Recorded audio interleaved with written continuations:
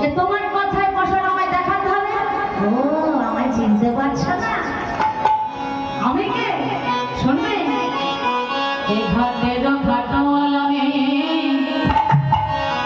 পথের মহারানী,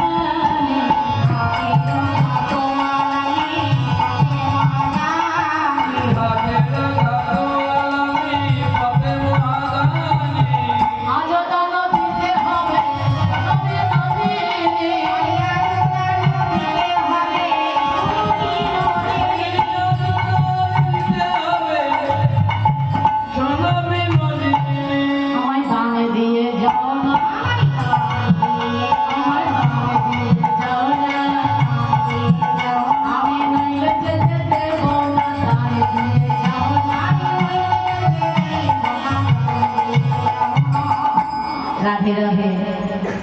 ভগবান আর দান চাইছে না, রাধেশ্যাম রাধেশ্যাম দানি সেজে দান চাইছে। হরি বল হরি বল। যদি আজ আমায় কেউ দান না দাও, আমি কাউকে যেতে দেব না। দান দেবে না, আমায় দিতে হবে না গো। এই যে সুন্দর মহতী অনুষ্ঠান, এই বাবাজি সহজ অনুষ্ঠান করছেন, একান্ত সম্ভব না। আর বিশেষ কথা হলো, ভিক্ষার ধন ছাড়া কিন্তু আমার গৌর গোবিন্দের সেবা হয় না। নিজের যতই থাকুক না কেন, নিজের হাজার থাকুক, তবুও কিন্তু ভিক্ষার ধন ছাড়া আমার গৌর গোবিন্দের সেবা হয় না। ভিক্ষা কিন্তু করতেই হবে। তাই তারা যে যা পারবেন গৌর গোবিন্দের সেবার জন্য দেবেন। মনে করবেন আমরা তো ব্যাংক ব্যালেন্স করি না, কেন? ভবিষ্যতের চিন্তা করে, তাই না? যে ভবিষ্যতের চিন্তা করে ব্যাংক ব্যালেন্স করি। তো বলেন তো, ব্যাংকে যদি লাখ লাখ টাকা থাকে, মনে কি শান্তি থাকে? থাকে? মনেও শান্তি পাবেন না।